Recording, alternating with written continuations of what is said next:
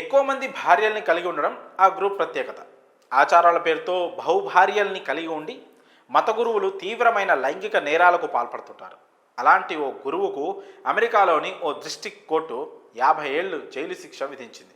ఎక్కువ మంది భార్యలుంటే అంత పెద్ద శిక్ష వేస్తారా అని అనుకోవచ్చు. ఇంతకీ అక్కడ ఏం జరిగిందో ఇప్పుడు చూద్దాం. అమెరికాలోని అరిజోనా రాష్ట్రంలో ఓ మతవాద గ్రూప్ ఉంది. దాని పేరు fundamentalist church of Jesus Christ of letter day saints. ఇందులోని సభ్యులు మహిళలను ఆధ్యాత్మిక భార్యలుగా పేర్కొంటూ లైంగిక నేరాలకు పాల్పడుతున్నారనే ఆరోపణలు వచ్చాయి. ఈ క్రమంలో శామ్యుల్ బాటే మ్యాన్ అనే వ్యక్తి ఆ ఫండమెంటలిస్ట్ గ్రూప్లో తనను తాను ప్రవక్తగా ప్రకటించుకున్నాడు.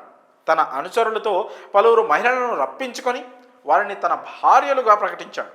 అయితే ఆ రాష్ట్రంలోని చట్టాల ప్రకారం బహుభార్యత్వానికి చట్టబద్ధత లేదు. పలువురు మైనర్లతో సహా అనేక మంది మహిళలను ఆధ్యాత్మిక భార్యలుగా పేర్కొంటూ శామ్యూల్ బాటే మ్యాన్ లైంగిక నేరాలకు పాల్పడ్డాడు. తన లైంగిక వాంఛను తీర్చుకునేందుకు వివిధ దేశాల నుంచి బాలికలను అక్రమ రవాణా కూడా చేయించేవాడు. తీవ్రమైన లైంగిక ఆరోపణల నేపథ్యంలో మతగురు శామ్యూల్ను 2022లో పోలీసులు అరెస్ట్ చేశారు.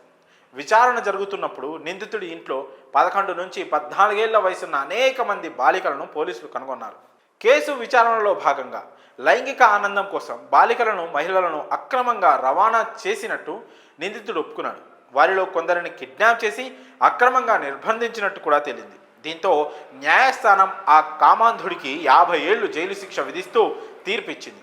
ఒక్కో బాధితురాలికి $1 మిలియన్ నష్టపరిహారం ఇవ్వాలని కోర్టు ఆదేశించింది. అంతేకాకుండా మతం ముసుగులో అడ్డంగా సంపాదించిన నిందితుడి ఆస్తులను జప్తు చేయాలని కోర్టు ఆదేశాలు జారీ చేసింది.